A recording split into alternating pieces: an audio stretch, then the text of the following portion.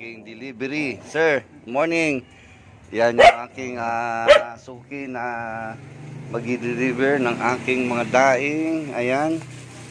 Bali, 5 supot. Okay. Ayan. Pag ano, meron pa uli, baka mamayang gabi. Oo, papahabol ko sa hapon. Kasi may tuyo pa na hindi na isama. Ito, inaayos ko lang muna itong isa pa. Dali lang ito, danggit to. Sige, pag available ka na lang pagka sa hapon.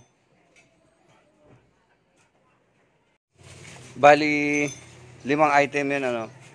Ayan, so yan ay for delivery lang naman sa Diparo. Sa may Bagumbong, kaya okay lang, malapit lang siya. Okay.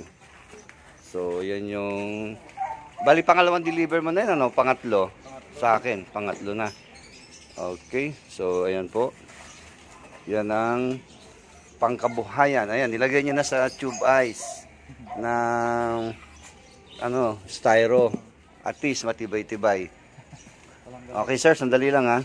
Ayan, so ito yung aking suki na lalamove. So, pangalawang delivery niya na ngayon, kahapon, saka ngayon. Sir, pang ulam mo. Thank you, sir. Okay. Maraming salamat po. Sige.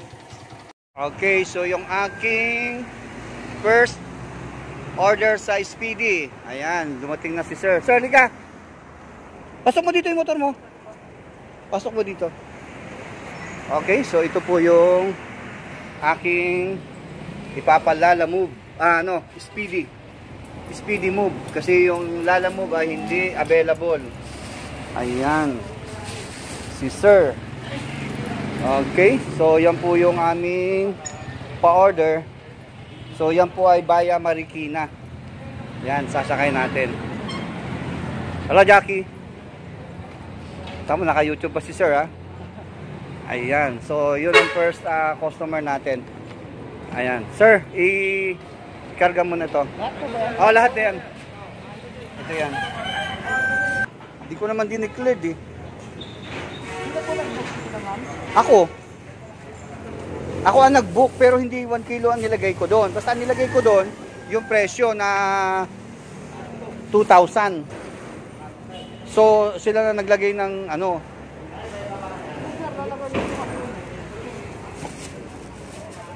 Magkano aabutin? Tower Steel Corporation sa Marikina City. Balete? Balete. Okay. Ayan.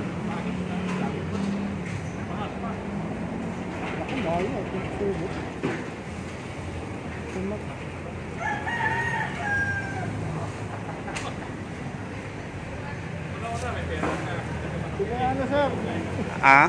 Layo na address, 27 kilometers sa San Mateo na to eh. Hindi sa San Mateo. Ha? Hindi, boundary kasi siya naman. Boundary siya ng San Mateo. Opo. Oo. Tower Steel, Upper Balete, tama? Oo. Balete Drive.